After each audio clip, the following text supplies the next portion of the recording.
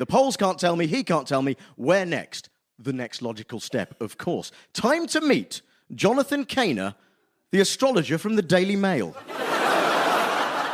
Of course, the trouble with predicting an election or indeed the outcome of any competitive sport or activity is that you deeply upset the people who would rather wish that the event went the other way. Yes, I suppose you do, but that's part of the job, though, isn't it? So you've got to... Not really. Oh. See, the thing is, the job of an astrologer is to keep yourself popular by making positive predictions which everybody likes the sound of.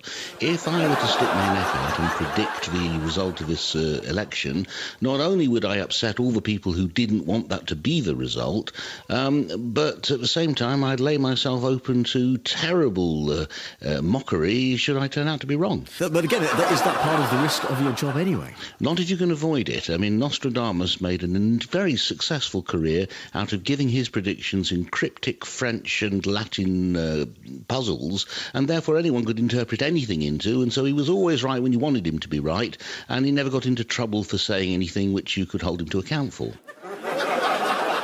Which is basically saying astrology is balls, and so I just say what I think people will like.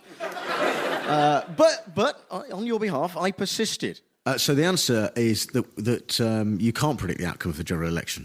Astrologers have a long, proud tradition of being vague wherever possible, and I would be absolutely insane to stick my neck on the line for it. But look, I wasn't going to give up, right? Because he's got mystical powers.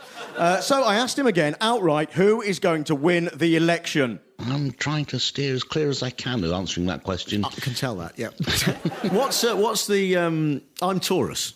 Oh, yeah. So what am I typically? Just what is typical Taurian? To be a Taurian is to be tenacious. It's to be very fond of... Asking questions that people don't want to answer? Absolutely, you wouldn't give up.